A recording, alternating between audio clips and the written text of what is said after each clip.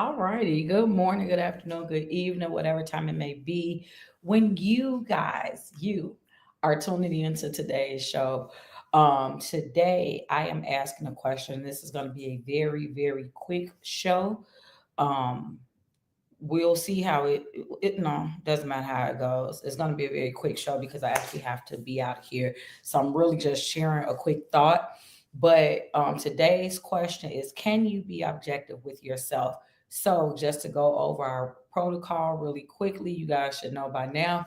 Number one, when you come in, say hello, so that way I know that you are watching or listening if you happen to be on the Noon Vibe app. So make sure you say hello. Number two, like and share the video. And then number three, tag somebody that you believe would benefit from today's broadcast. Who would benefit today?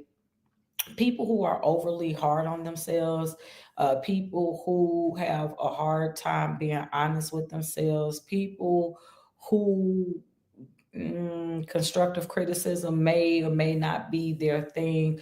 So that's who we are talking to today. That's who is would benefit. Because again, the topic for today, the question of the day, I should say, is can you be objective with yourself? So let's give the foundation so we can then quickly jump in. Okay, so what I know being a coach, and even before I was a coach, just being with myself, I know that many people are not able to be objective when it comes to themselves, right? So typically people tend to be on one end of the spectrum or the other, meaning this. You either have the people who are beating themselves up about everything. So everything that goes wrong is their fault, is they're the reasons why it happened, or it's like you're overly blaming yourself all the time. So every time anything, and it's not even just things that goes wrong, like when you look at yourself, if somebody said, well, name something about yourself that you like, you couldn't even name it. Either I'm too big, I'm too fat, I'm too ugly, I'm too stupid, I'm too broke, I'm too this, too that, too whatever. That's your one category of people. Then you have the other end of the spectrum, which they've never done anything wrong in their lives. Nothing is never their fault. Everything about them is absolutely perfect and absolutely right. Those, even though it seems like that one side is worse than the other, both sides are very difficult to deal with for different reasons, right? People probably would easily identify that latter group that I discussed as narcissistic, right? When you're always pointing the blame.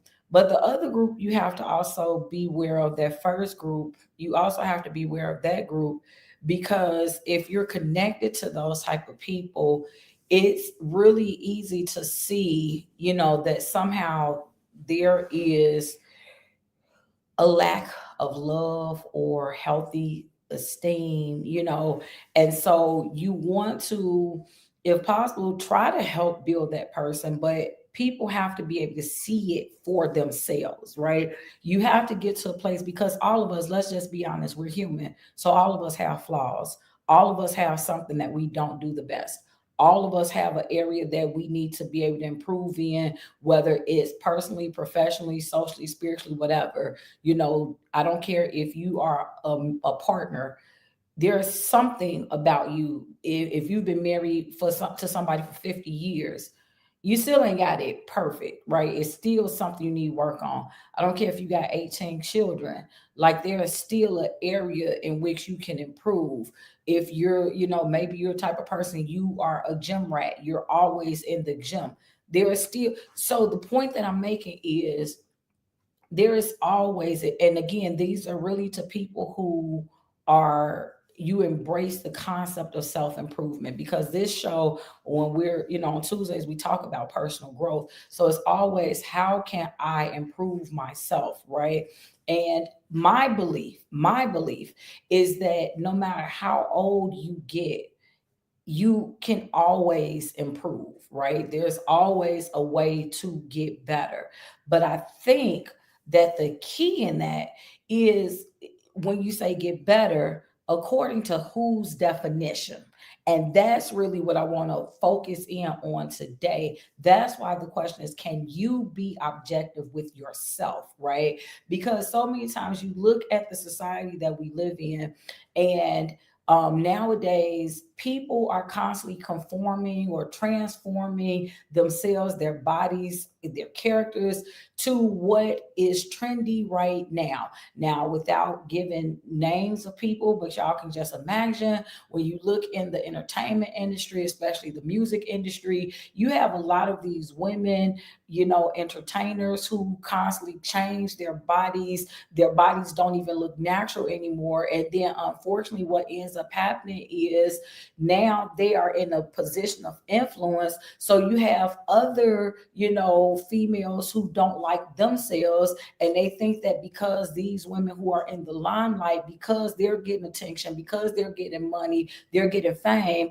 then they believe that, well, this is the standard. This is what I should be trying to go for. You have people, men or women, who are, just kind of really looking to be at the top of their game, whether it's in whatever industry. And so you look at people now, because again, you look at the news, I won't even say any names. It's been certain names in certain industries that's been on the news for certain parties and certain activities that they've been guilty of, and or that they have, I won't say guilty of, that they are allegedly guilty of. And a reason why it's constantly been allowed, why there have not been many whistleblowers, is because everybody feels like this is now the standard. If I want to be rich, then this must be what I have to do. If I want to be famous, if I want for people to like me, then this is what I must have to do, right?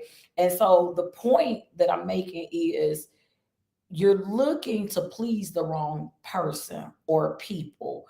Like, when you look at yourself, the only the only voice you really should be hearing is your own. If you say that there is something about yourself that you don't like, for me, the next immediate question should be why. If the reason why you don't like it is because it doesn't look like somebody else's, is not as much as big as small as somebody else's, then that's not the right reason.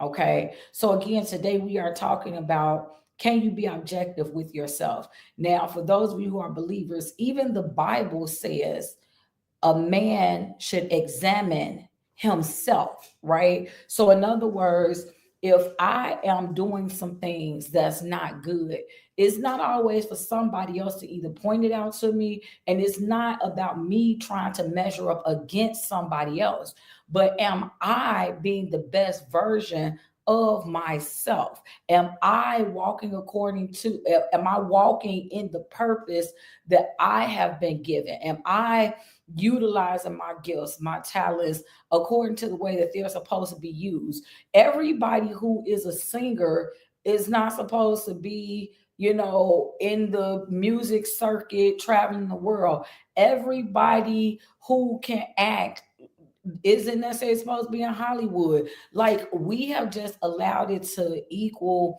that, for that success means fortune and fame.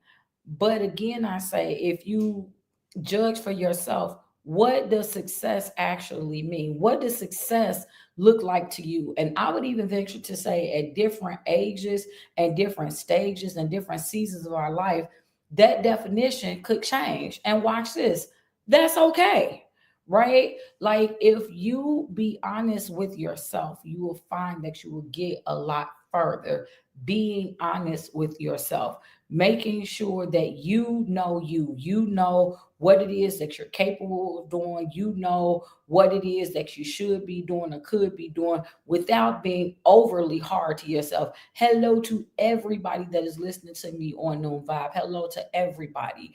And so when I say, can you be objective with yourself? Can you be right there in the middle? So, not the person that is constantly blaming themselves, not the person that's overly critical of yourself, and not the person that's extremely arrogant either, not the person who doesn't take any blame, who, anytime anything goes wrong, it's never me, it's never my fault, it's never something. So, don't be on either end of the perspective.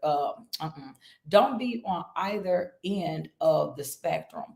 But being objective means that I can look at myself with the same eye that I can look at somebody else. I can look and see my mistakes the same way that I looked at somebody else's. So that, just as an example, if we're in the stage play, I'm not going to say that everything that I did was wonderful and everything that everybody else did was horrible. No, I understand that I am part of a team. So if we didn't do well, then that means that I'm included in the we. But if we did do well, then I'm still a part of the we. You get what I'm going with that? So that's what it means to be objective. And that's how you truly allow yourself to grow. Being able to be in the place and space where you can see yourself, you can see, what, this was a good job. Because I will tell you, life is never in terms of absolutes. Nothing is always the case and nothing is never the case, right? Unless we're talking about God, then in that case, all the time God is good and God is good all the time, right? So that's always and never. But in general, when it comes to people, when it comes to life, nothing is always the case and nothing is never the case, right? So it ain't always bad and it's not always good. If you gave a presentation, 9 times out of 10, 100% of it wasn't wonderful and 100% of it wasn't terrible. There's always some aspect that you can improve on. So, again, when you're being objective, and let's go with this example since I put it out there. When you're being objective, if I am a speaker and I'm getting up to give a presentation, so I'm being objective. I'm going to be looking at the different criteria. So when you're saying, well, how are you able to be objective? There typically are metrics that you use for whatever it is that you're doing, right? So if I'm being a speaker, because being objective also takes out the emotion, it removes the emotion from it. Because, like, if we're extremely happy, then everything's going to be great. When everything may honestly not be great, but because we're extremely happy, we're going to just see it through those eyes, and that doesn't allow us to improve. But if we're extremely angry, then everything sucked and everything is terrible, and that's not the case either. So being objective means, again, you have to remove yourself from emotion and be able to look at a situation from a logical perspective.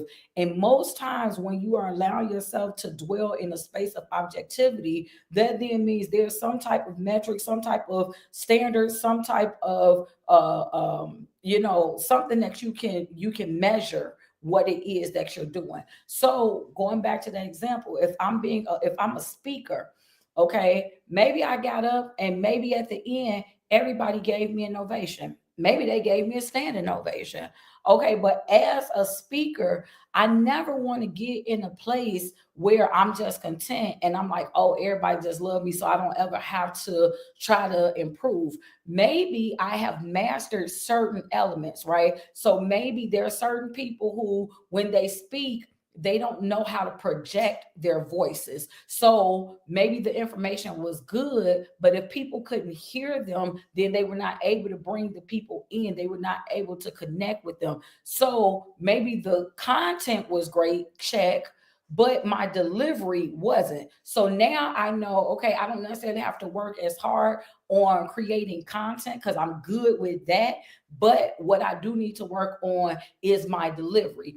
Even when I get up, like, am I actually connected? So maybe my voice is registering. Maybe people are able to hear me, but are people interacting with me, right? Are people falling asleep while I'm talking? Or what are their facial expressions? What is their body language? So these are all things as a speaker that I'm looking at to be able to determine whether or not I did a good job. Because at the end of the day, being a good speaker is not just about my ability to speak, but it's also about my ability to engage with the audience. So that definitely means that it matters if people are engaged, if they're interacting. How are you responding? Is there any type of response? Are you yawning?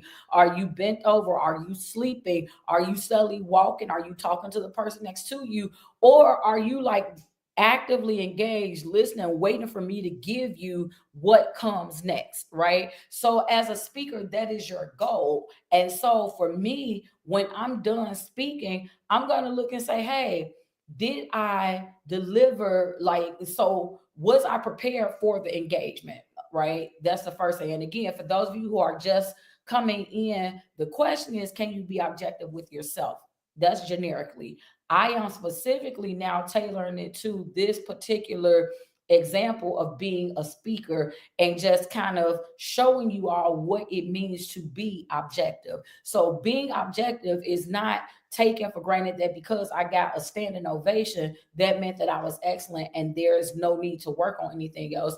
Nor does it mean because I didn't receive a standing ovation that now that means that I suck and I should never speak again, right? What being objective means is being able to walk away from that atmosphere, walk away from that situation, and then being able to look back and to see what are the things that I did right, what are the things that I did wrong, what are some things that I could improve, what things do I need to keep the same.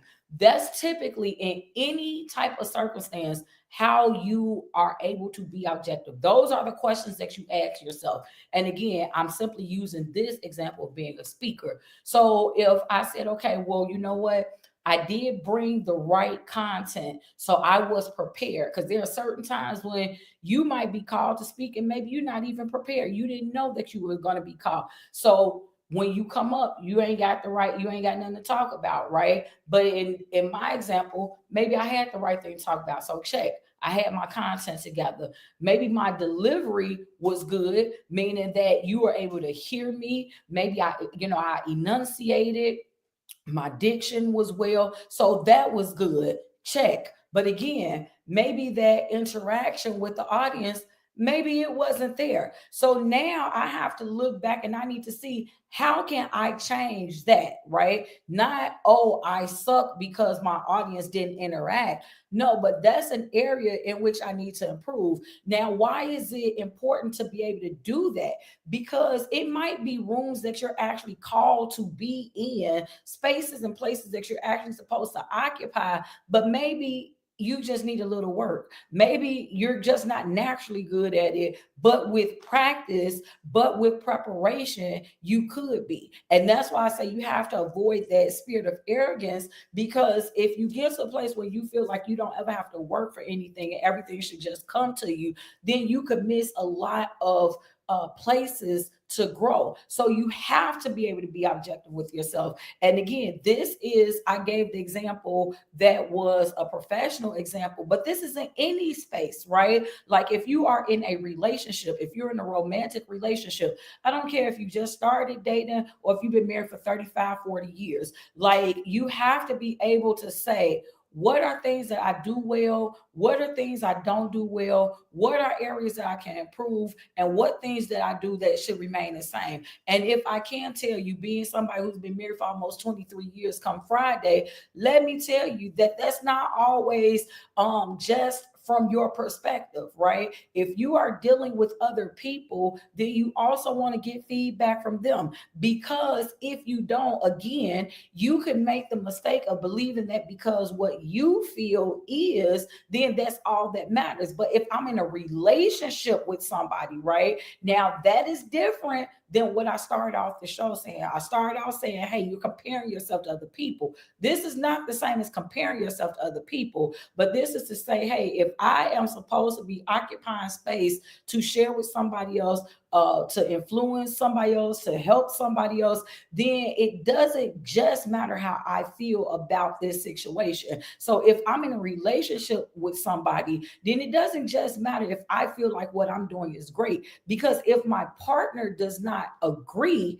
then guess what? You look up and you're going to find yourself by yourself. So it is important to talk to your partner and say, hey, when I did this, did you like that? Do you want for me to continue to do that? Is that something that you want for me to stop? You have to make sure that that communication aspect is there, right? So being objective with yourself in some places and spaces is just a personal reflection, being able to look back on things that you did, right? But then there are going to be certain times where, depending on what we're being objective about, in a case of a relationship, whether it's with a significant other, your children, whomever, your coworkers, then if you're looking to be, hey, I want to be the best that I can be in this area, when you're interacting with somebody else, then it's going to be necessary that you also hear from that somebody else. So that way you're able to kind of tweak it. And again, not change who you are, but if the purposes of this relationship depend on somebody embracing you, then you want to know what is the best to do there. But when we're just talking about my own self and space, right? So I get on, and for those of you who are on Noon Vibe, you cannot see me. So right now, I'm in the stage of my life where I'm rocking purple hair. Okay. Not totally purple, it's black at the roots, but purple throughout my hair. I absolutely love it. Okay. So but watch this. I didn't dye my hair again until after the election. Why? Because I was able to be objective with myself. I understood that if I won the election and I was going into a public political office, that it would be necessary to be toned down. So I understand the nature of quote unquote playing the game. But once I didn't win, and it's just about me and my own business and my entrepreneurial endeavors and just representing myself, Toneal likes a pop of color with everything. Like I'm always gonna have some type of color, some type of sparkle, rhinestone, some type of something, some extra added bonus, because that's just who I am, right? And so I can. It doesn't matter to me if somebody else came and said, "Oh, I don't like purple hair," or "I don't think the purple hair looks good on you." Why? Because I like it, right? So this is what I mean when I'm saying being objective. Are we taking what other people say about ourselves? Are we taking that to heart more than what we're taking to what it is that we're saying to ourselves? So you have to know the times, places, and spaces when your voice should matter the most. And when it comes to you and yourself, like you should always. So this is, and I'm about to wrap it up, but this is how you put yourself in that positive place and space. You have to learn how to be 100% honest with yourself. And being honest and overly critical are not one and the same. When you say blanket statements like I'm ugly, I'm stupid, I'm dumb, nobody wants me, those are highly negative, derogatory ways of seeing, and it doesn't benefit you and it's not going to get you in a turnaround position. But if you say, I'm ugly, okay, what about me don't I like? That's the better way of looking at it. Why? Because saying, just making a blanket statement does not give you the ability to improve. So what you want to do is you want to position yourself in a place where you can have a conversation with yourself to figure out, what can I do to make it better? We don't ever want to be in a place where we're content. We're just always complaining and we're in a negative space. Yes, we understand we live in the real world. No, the real world won't always be buttoned up and beautiful. No, the real world won't always be pretty. But in the cases and places where it's not, is there anything that I can do to turn it around? So, okay, maybe I'm not drop dead gorgeous, according to whom, right? But if the according to whom is important enough for you, so now the question is, what do I have to do to make it better? And my hope and prayer is that you don't feel as though that you have to do what some of these people are doing and drastically changing themselves and getting all these BBLs and all of this plastic surgery and things where you don't even look the same anymore. Because for me, a lot of times the way that you can tell whether or not a person has a healthy sense of self-esteem is if you have to go through doing tens of thousands of dollars of plastic surgery on yourself, then that means that you don't like what you naturally look like. Why not? And for me, there's always a deeper root issue to that. Like you don't just wake up. You're not born saying I'm ugly. Something got put into you to make you feel that way. You're not born thinking you're dumb or you're stupid or all of these negative ways of seeing. You're not born that way. So something happened to get you to that place. So your job is to then figure out, how can I get out of this place and space? Right. So, anyway, guys, that's it. I'm about to go. I just wanted to come in and drop that in your spirit because, again, these shows that I'm doing, these final shows in December, we are dwindling down from 2024 going into the new year. And we don't want to take stinking thinking with us. Right. We want to leave all the negativity behind.